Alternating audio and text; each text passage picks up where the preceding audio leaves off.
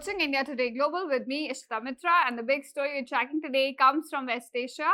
So earlier this week, Hezbollah attacked the personal residence of Israeli Prime Minister Benjamin Netanyahu, but the leader was not present at his home at the time of the attack.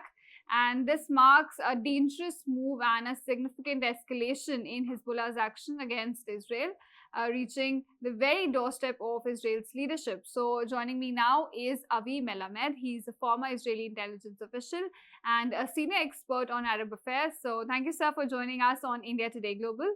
Morning. Thank you for having me. All right. Now, my first question to you is that the house of the Israeli Prime Minister was attacked by Hezbollah, and he was not present at his home at the time of the attack. So what do you think would be the response of Israel?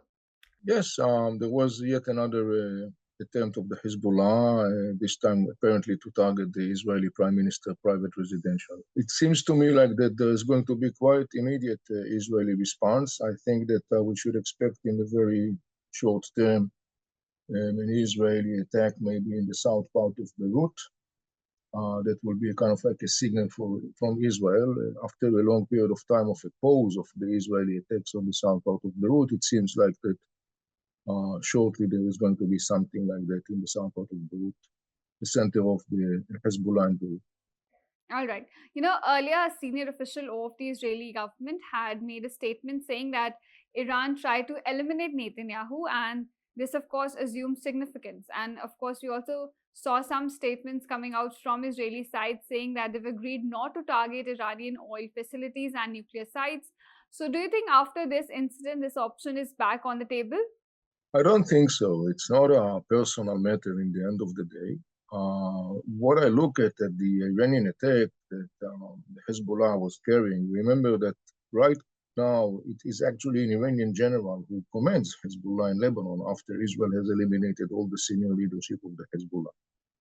So now the Hezbollah is directly operating under the guidance of an Iranian general. But one way or another, it's obviously that the Hezbollah, in the end of the day, is an arm of the Iranians. So the attacks of the Hezbollah on Israel is to a large extent an Iranian attack on Israel anyhow.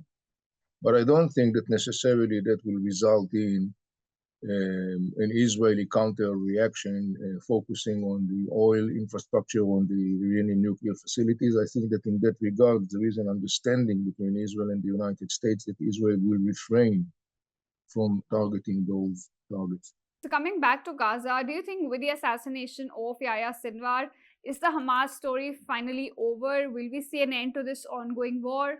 No, Hamas story is not over. Hamas is not going to disappear. It's going to be part and parcel of the Palestinian people.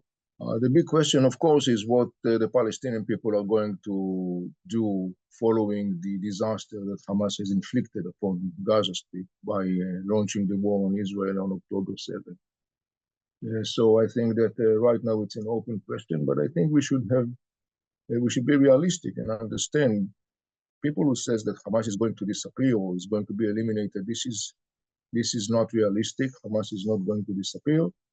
The question is, of course, what will be the role of Hamas in the future political structure of the Palestinians? Obviously, currently, Hamas is significantly weakened, but it's not going to disappear. All right. So my last question to you is, what message do you think Iran wants to send by attacking the residence of Israeli Prime Minister? Iran is currently in a very challenging situation. Two of its most significant proxies, Hamas in Gaza Strip and Hezbollah in Lebanon, are severely beaten.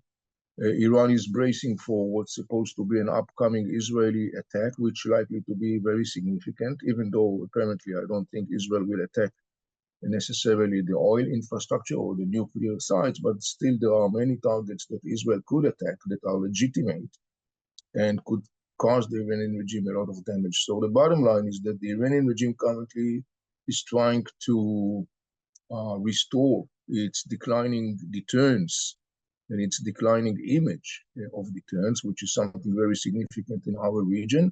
The Iranian regime is trying to signal that it's still around, though his proxies have sustained some major blow. He has no intention to give up its hegemonic vision. So right now, this is, I think, the major thing that guides the Iranian policy vis-a-vis the situation currently. All right. Thank you for speaking to India Today Global and explaining the implications of this attack on the ongoing war in Gaza and, of course, at West Asia. So, thank you. Stay tuned to India Today Global for more such updates.